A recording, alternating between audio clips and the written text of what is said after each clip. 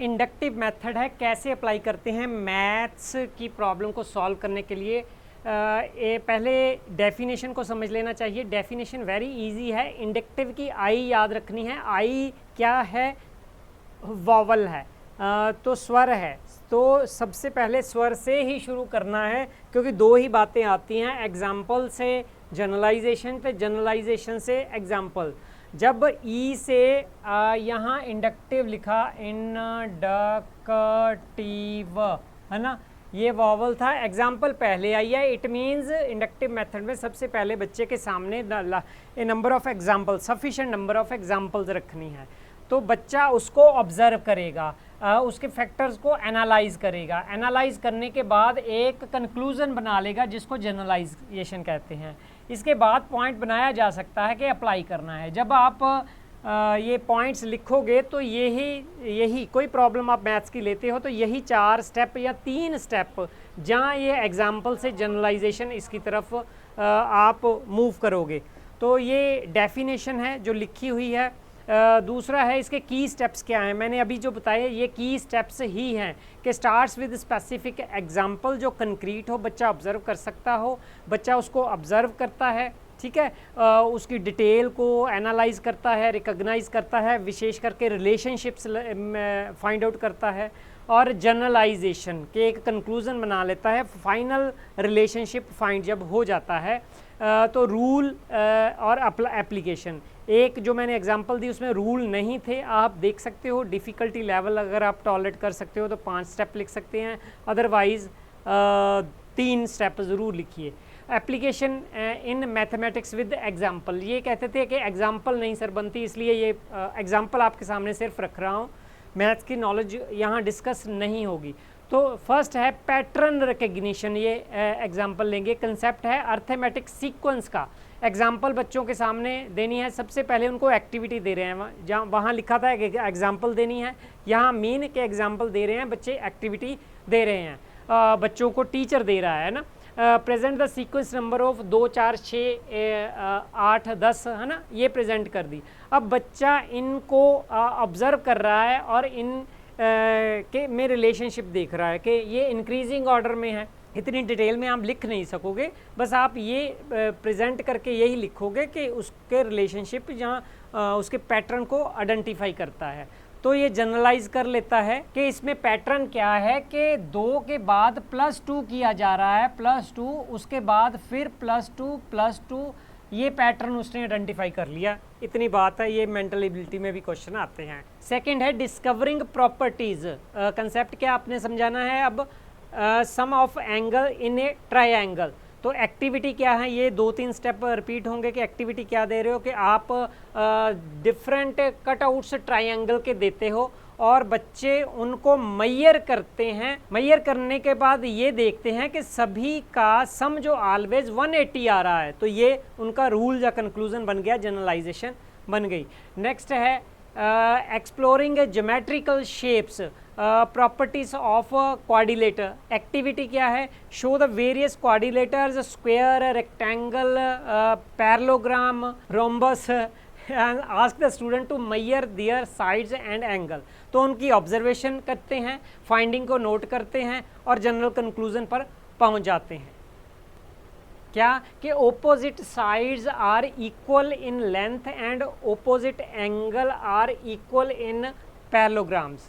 Fourth है analysing real world data, जैसे concept mean, median, mode है। एक्टिविटी है कि आप बच्चों को डाटा कलेक्ट करने के लिए कह सकते हो कि हाइट्स का, क्लास में से सबकी हाइट का डाटा कलेक्ट करो, वो मेजर करते हैं। ये छोटे छोटे बड़े इंटरेस्टिंग प्रोजेक्ट बनते हैं। तो हाइट्स को नोट करते हैं, इंक्रीजिंग ऑर्डर में, असेंडिंग ऑर्डर में देखते हैं, मिडल वैल्यू निकालते हैं, मोस्ट फ्रिक्वेंट अकर वैल्यू निकालते हैं, उनकी एवरेज निकालते हैं। क्या निकल गया, मीन, मीडियन, मोड निकल गया। Investigating algebraic pattern, finding the rule for function. Activity क्या है, provide the pairs of value for X X and Y Y such as 1, है ना। ये आप डिटेल में मत जाना, सिर्फ इतनी एग्जांपल बता के ये कहना कि ये बच्चे इसको रिलेशनशिप या पैटर्न आइडेंटिफाई करते हैं और लास्ट में जनरलाइजेशन या रूल बना लेते हैं, कंक्लूजन आइडेंटिफाई कर लेते हैं। यहाँ पर आपकी मैथमेटिकल नॉलेज कम हो उतनी एक्सप्लेनेशन उसकी कम कर देना। Investigate numerical patterns, multiplication pattern है, एक्टिविटी क्या है, जहाँ एग्जाम्पल क्या है, presenting multiplication table for different numbers, for example 2, 3, 4 का दिया तो क्या ऑब्जर्व करते हैं कि multiply of 2 always even he हो रहे हैं, तो ये जनरलाइजेशन उनकी बन जाती है।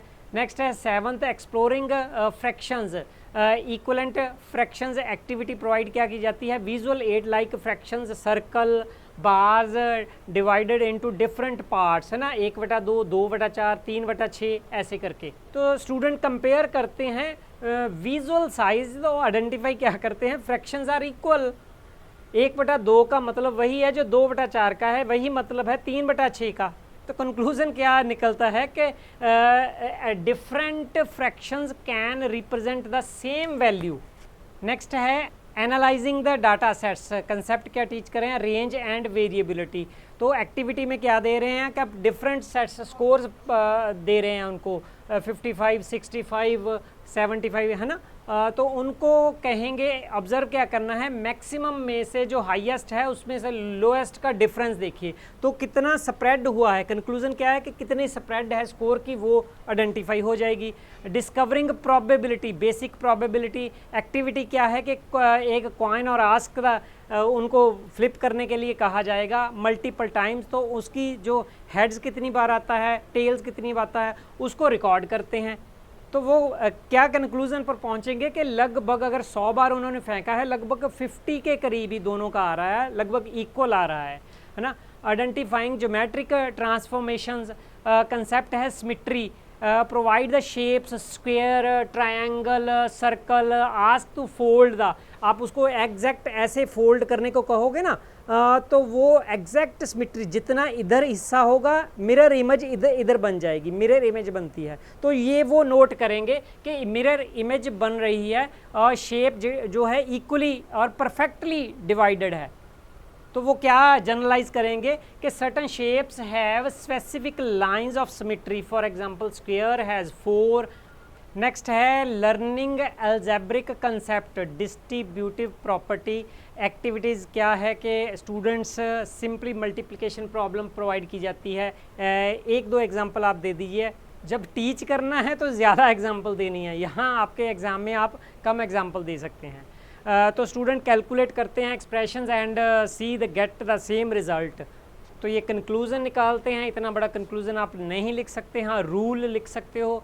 Exploring graphs and functions, linear functions activity क्या है, provide a table of value and plot them on graph.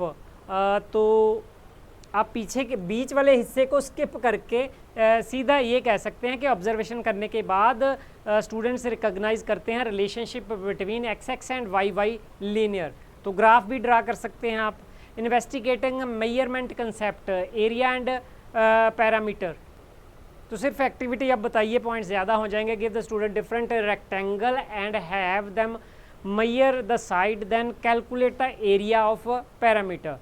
Observation करते हैं, जनरलाइजेशन कर लेते हैं। Understanding the algebraic expression, combining like terms, activity क्या देते हैं, एग्जाम्पल क्या है, प्रेजेंट एक्सप्रेशन ऑफ, ये आप खुद नोट कर लीजिए। उसकी ऑब्जर्वेशन करते हैं, एनालिसिस करते हैं, तो क्या नोटिस करते हैं, only terms with the same variable part can be combined. तो ये इंडक्टिव मेथड की एग्जाम्पल थी जो आपको आपके पास एग्ज़ाम में नहीं बन पा रही थी, इसमें जितनी आपको डाइजेस्ट होती है उतनी आप कर सकते हो। मैंने कोशिश की कि ईजीएस्ट एग्जाम्पल आपको दूं।